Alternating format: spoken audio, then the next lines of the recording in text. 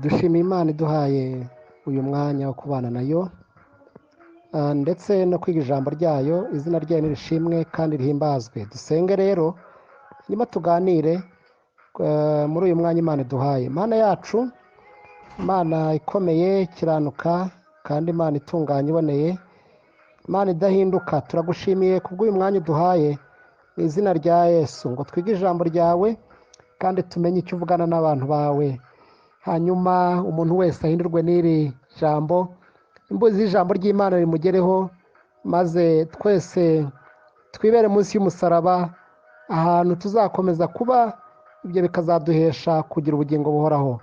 Tubisabye Imana mu izina rya Yesu Kristo umwami wacu, amen amen. Uyu mugoroba inshuti bene data bakunze umusaraba, nifuje ko tuganira ijambo Imana impaye, ngira ngo tuganire ku bantu bahiriwe cyangwa bemewe imbere y'Imana. Dusome igitabo cy'ibyahishuriwe Yohana, amagambo yoroshye kumenya no gufata mu mutwe, ndetse abantu benshi basomye ibice 22 by'igitabo cy'ibyahishuwe, umurongo wa 14. Ibice 22 umurongo wa 14 haravangwa hahirwa abamesera ibishura byabo kugira ngo bemererwe kwegera cya giti cy'ubugingo. Bibiliya iravuze ngo kandi banyure mu marembo, binjiye muri rwa rurembo. Imana nishimwe. Epfo yaho umurongo wa 15 haravangwa hanze hazaba imbwa n'abarozi n'abasambanyi n'abicanyi n'abasenga ibishushanyo n'umuntu wese ukunda kubeshya akanabikora. Dusubiremo rimwe. Byahishuwe 22:14. Hahirwa abamesera ibishura byabo kugira ngo bemererwe kwegera cya giti cy'ubugingo kandi banyure mu marembo, binjire muri rwa rurembo. Bibiliya iratubwiye ngo hanze hazaba imbwa n'abarozi n'abasambanyi n'abicanyi n'abasenga ibishushanyo n'umuntu wese ukunda kubeshya akabikora. Nimwemere dusome na Zaburi ya mbere ndetse umurongo wa mbere.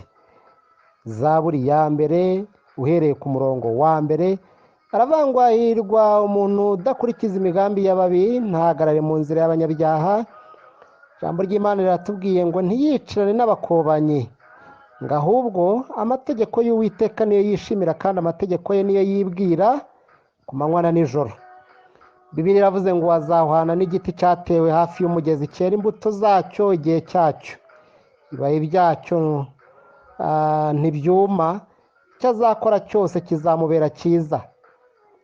Hahirwa umuntu udakurikiza imigambi y'ababi, ntahagarare mu nzira y'abanyabyaha, ntiyicare n'abakobanyi, ahubwo amategeko y'Uwiteka niyo yishimira kandi amategeko ye niyo yibwira ku manywa na nijoro.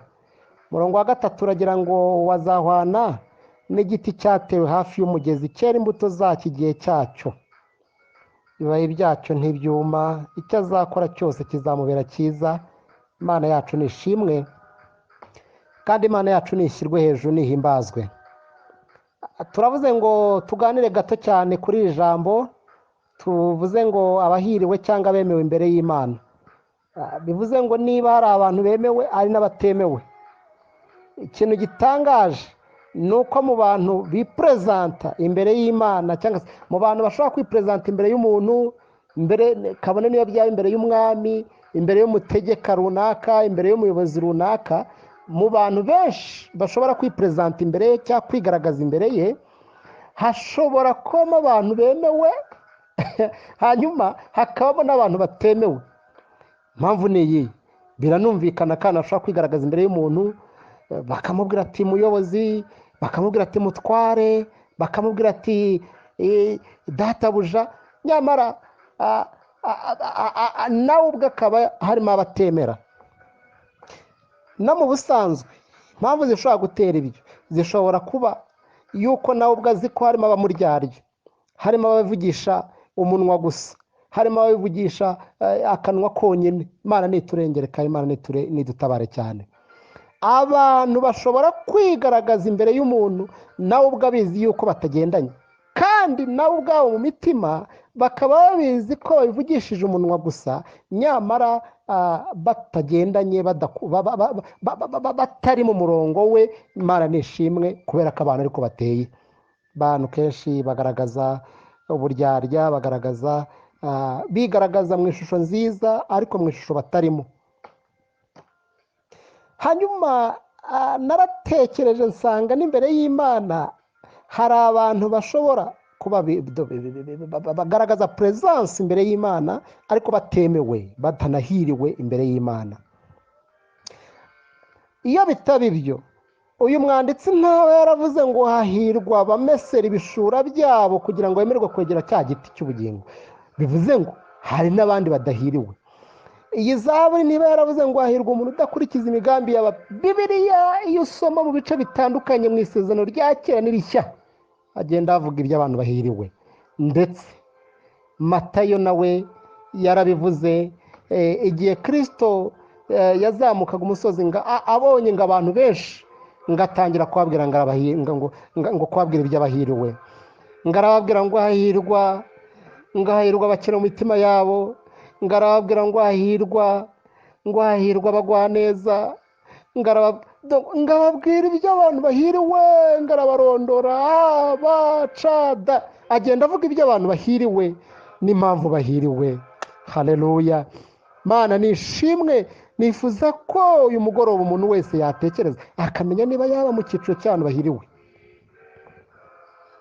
Hanyuma naratekereje ndavanga ibyo ari byo byose. Ubwo hari abantu bahiriwe, birashoboka cyane ko hari n'abantu badahiriwe mu maso y'Imana. Imana niturengere kandi Imana yacu nidutabare cyane. Twasomye rero amagambo yoroshye kumva, ayo twasomye muri zaburi yatubwiye nyine yuko ngo hahirwa umuntu udakurikiza imigambi y'ababi. Bibiliya iravuga ngo ntahagarare mu nzira y'abanyabyaha. Ababi bariho, bamyeho kandi bazanabaho. Hanyuma Bibiliya yavuze ngo abo babi hahirwa umuntu udakurikiza imigambi yabo, ntiyicare n'abakobanyi. Abantu babaho ndetse no mu murimo w'Imana ndetse no mu byo dukora bya buri munsi, ariko bagakurikiza imigambi y'ababi. Ari abaririmbyi, ari abanyamasengesho, ari abahanuzi, ari abavugabutumwa, bagakurikiza imigambi y'ababi. Ariko Bibiliya iravuze ngo hahirwa umuntu udakurikiza imigambi y'ababi. Mana iturengere cyane. Hanyuma iri jambo riravuze ngo ahubwo kinyuranye cy'ibyavuzwe hejuru, amategeko y'Uwiteka ngo niyo yishimira, ngo kandi amategeko ye ngo niyo yibwira ngo ku manywa na nijoro. Ikintu cyitwa kwibwira amategeko y'Imana ku manywa na nijoro, mbese ni ikintu gikomeye cyane bene data. Kwibwira amategeko y'Imana ku manywa na nijoro. Amategeko y'Imana aravuga ngo ntukice, aravuga ngo ntugasambane, aravuga ngo ntukabeshye. Amategeko, hari amategeko tuzi 10. Abahanga bajya bashyira amategeko mu byiciro bitandukanye y'Imana, ariko ayazwi cyane ni amategeko 10 y'Imana. Hanyuma duhereye no kuri ayo ubwayo arasobanutse, hahirwa umuntu yibwira ku manywa na nijoro. Ariko buriya hari n'ibindi byinshi byanditse muri Bibiliya kandi bigomba kuba ari amategeko y'Imana. Ubwabyo ari amategeko Abisirayeli bahawe, amategeko Mose dusoma mu gitabo cyo gutegeka kwa 2 no mu bindi bitabo, amategeko Abisirayeli bahawe. Abahanga bashyira amategeko mu byiciro bitandukanye, bakavuga ko harimo amategeko yababwiraga ngo muzakora ibi, positivism, muzakora ibi, iki ngiki muzagikore, iki muzagikore, iki muzagikore, iki muzagikore. Hanyuma hakaba amategeko yabwira ngo ntimuzakore ibi, ntimuzakore ibi, negativism. Iki kirabujijwe, iki muzakireke, iki muzakireke, iki ntimuzagikore, iki ntimuzagikore. Hakaba n'andi mategeko yafatwaga nk'itegeko nshinga, amategeko 10 y'Imana. Na n'uyu munsi bene data, hari amategeko menshi arenze ari 10 Imana idutegeka mu ijambo ryayo, Imana iduhana mu ijambo ryayo. Ndetse hari n'iby'abanyamabanga abiru b'Imana bayegera ku manywa na nijoro babwirwa mu masengesho, babwirwa mu bihe byiza byo kuyegera. Amategeko, Imana niturengere. Bibiliya yatubwiye rero ngo ahubwo ngo ayo mategeko y'Uwiteka ngo niyo bishimira, ngo kandi ngo amategeko ye bayibwira ku manywa na nijoro. Hanyuma itanga isezerano ryiza, iravuga ngo abo bazahwana n'igiti cyatewe hafi y'umugezi. Bibiliya iravuga ngo cyera imbuto zacyo ngo igihe cyacyo, ngo ibibabi byacyo ntibyuma, ngo icyo abo bantu bazakora ngo cyose ngo kizababera cyiza. Haleluya, haleluya. Ikintu cyose abo bantu bazakora kizababera cyiza. Mbese aba bantu ni abanyamahirwe, barahiriwe mu maso y'Imana, baremewe. Bibutse ko tuvuga abahiriwe cyangwa bemewe imbere y'Imana Data. Imana nishimwe kandi himbazwe. Twabihuje n'ijambo twasomye mu byahishuwe mu bice 20:14, hatubwiye ngo hahirwa abamesera ibishura byabo kugira ngo bemererwe kwegera cya giti cy'ubugingo, ngo kandi banyure mu marembo binjire muri rwa rurembo. Mbese abantu bahora bamesa, bitunganya, bisuzuma, bigenzura, ibishura byabo bigahora bikeye, abo bantu barahiriwe. Kandi ngo ibyo babikorera kugira ngo begere cya giti cy'ubugingo, izina ry'Uwiteka Imana yacu rishimwe, ngo banyure mu marembo binjire muri rwa rurembo. Iyo usomye igitabo cya Nehemiya nibwo ubonamo iby'amarembo. Amarembo ni ikindi kintu abantu bazavuga ikindi gihe, ariko igihe yasanaga inkike yashyizemo hari amarembo agera ngira ngo kuri 11 Nehemiya yubatse. Irembo ry'amafi, abahanga bavuga ngo ni ngo risobanura agakiza. Tubisoma muri Nehemiya 3:3, aho yavuze yashyizeho irembo ry'amafi. Ni ukuvuga ngo iri ni irembo rya mbere umuntu wese akwiriye kubanza gucamo, ni irembo ry'agakiza, ni irembo niyo fondasiyo. Hanyuma ashyiraho irembo ngo rya kera, ngo ni irembo ryo kwibuka iby'Imana yadukoreye. Imana nishimwe. Ngashyiraho irembo rijya mu gikari, ari navango mu gikombe. Iri ni irembo ryo kwicisha bugufi, Imana ishyirwe hejuru. Ngashyiraho irembo rinyuzwa mu gikari. Iri ni irembo rinyuzwamo imyanda, ni irembo ryo kwihana ibyaha, n'ayandi menshi atandukanye. Twazabifataho ikindi cyigisho cyabyo cy'amarembo Nehemiya yubatse n'icyo yari asobanuye. Imana iturengere cyane kandi Imana idutabare. Hanyuma uyu mwanditsi aravuga ngo banyure mu marembo binjire muri rwa rurembo. Haleluya.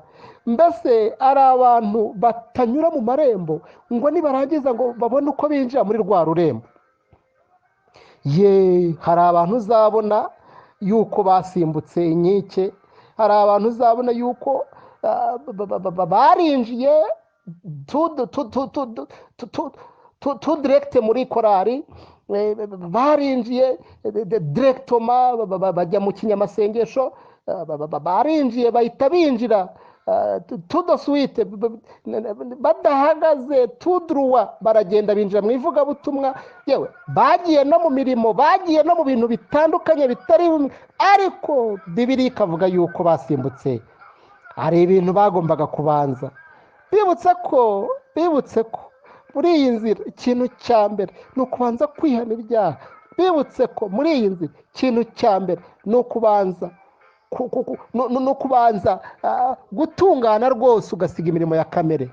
Pawulo ayivugaho mu ibaruwa yandikiye Abagalatiya, cyangwa mu rwandiko yandikiye Abagalatiya, ibice 5 usomye guhera ku murongo wa 16, ahavuga ngo ndavuga nti muyoborwe n'umwuka, ubwo nibwo mutazakora ibyo kamere irarikira, kuko ibyo kamere irarikira ari iby'umwuka yanga, none iby'umwuka akunda akaba ari ibyo kamere yanga, bikaba bibusanye.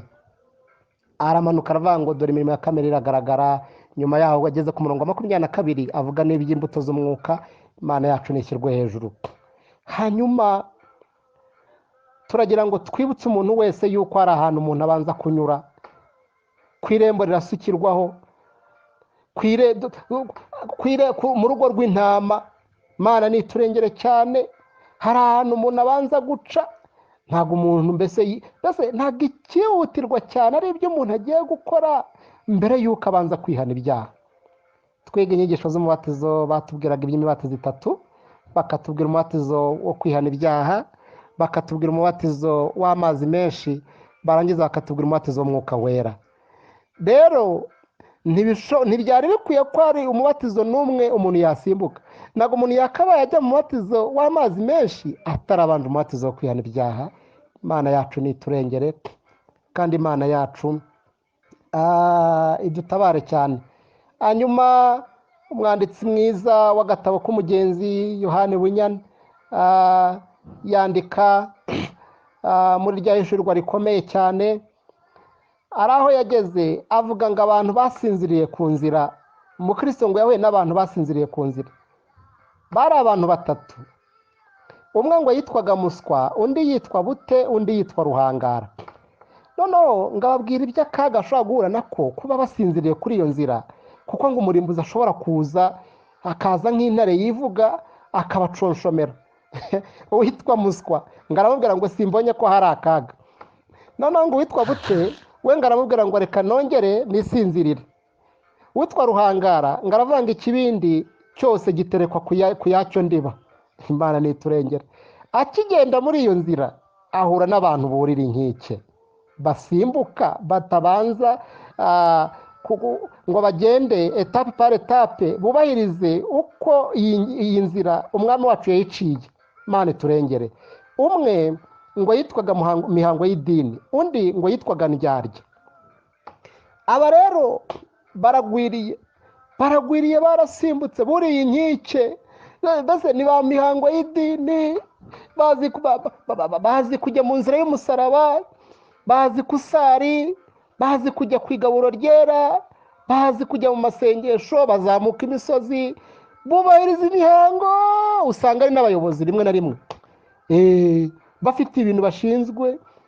Ni ba mihango y'idini, amadini yabo barayakunda, bazi kubahiriza isabato.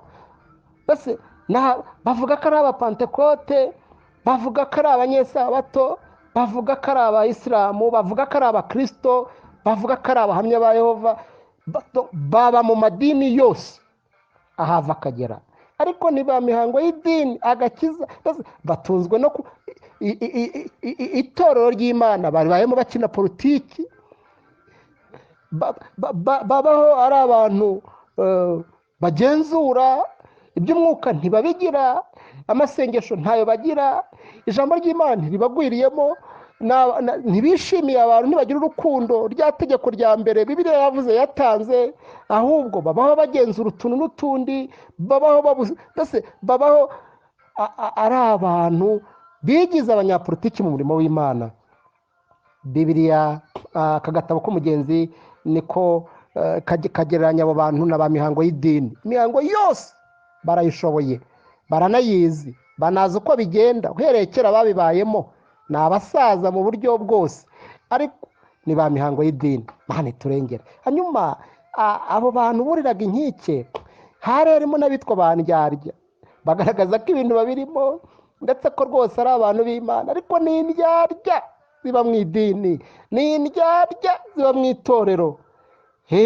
Pemporuta imirimo bafite n'inshingano bakora, ariko ni indyarya. Imana niturengera.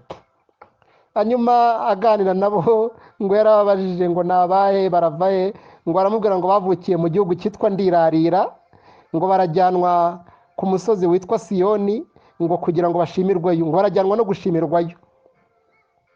Noneho ngo ababajije impamvu batanyuze mu irembo, ngo aramubwira ngo ntimuzi ko byanditswe ngo uwinjira muri, ngo arabwira ngo ntimuzi ko byanditswe ngo uwinjira muri rwa rugo atanyuze mu rugo rw'intama, ahubwo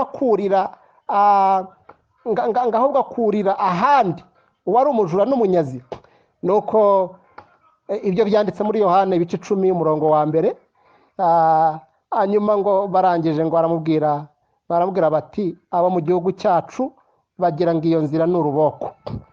Imana niturengere cyane, kandi Imana itugire neza rwose. Ngo bagira ngo iyo nzira ni uruboko. Bibutse ko mu Kristo n'ubundi igihe yari amaze kurangirwa na mubwirizabutumwa bwiza, inzira ururembo akwiriye guca, ngo yahuye na bwenge bw'isi, aramuyobya, amurangira inzira itari, kandi mu byo yamwigishaga n'ubundi harimo amagambo nk'aya yamubwiraga yuko iyo nzira iruhanyije, iyo nzira igoye, kandi ko iyo nzira yahisemo atariyo. turagira ngo dusenge Imana mu izina rya Yesu. turagira ngo dusenge Imana.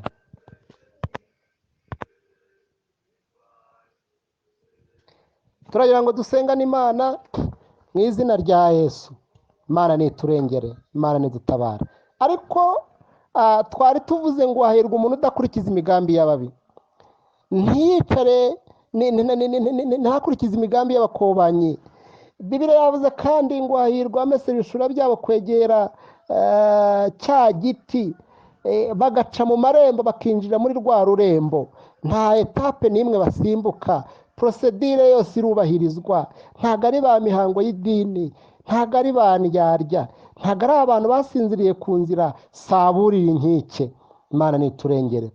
Muririmbyi wa 424 yaririmbye iby'indirimbo nziza, agera ku gitero kimwe, ngira ngo yari nko ku cya gatatu, avuga iby'umugabo nta bwenge, ngo yagiye nta rwandiko, genda yurira inkike, agenda aca aho abandi bambuka, akafata ubwato, kandi mbese agenda yiyorohereza, hanyuma amaherezo yabaye mabi cyane.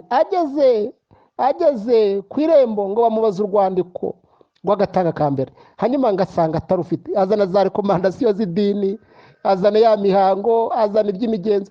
Bibiliya usomye mu butumwa bwiza bwa Matayo ikavuga yuko ngo azababwira ngo bazavuga ngo yemwe, ngo twarahanuraga mu izina ryawe, ngo twari dushinzwe imirimo myinshi, ngo twari abaririmbyi, ngo twari abakristo, ngo twubahirizaga isabato, ngo twari abapantekote. Ariko ngo azababwira ngo oya, sinigeze kubamenya. Hanyuma nta bwenge baramufata, umwami wawe icyo gihugu ngo ategeka yuko amufata, bakamuboha, bakamuta hanze.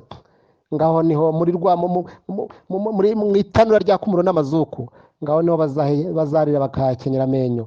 turagira ngo dusengane Imana. Ese uri mu bahiriwe? Ese uri mu bemewe? Ese uri mu bantu Imana ireba ikishimira? Turagira ngo uyu mugoroba ufate umwanzuro, dusengane Imana mu izina rya Yesu. Utekereze, wisuzume, witekerezeho, wisubireho, hanyuma dusengane Imana mu izina rya Yesu. Mana Data, tugushimira ijambo duhaye, hanyuma tusabye ko rihindura umuntu wese uryumvise, ndetse rigira ikintu gishyashya rikora, rihindure abantu kandi ryubake ibintu bitari byubakitse, hanyuma imirimo n'ibitangaza by'Imana bikorekere mu bantu bayo. Tubisabye Imana mu izina rya Yesu. Amen.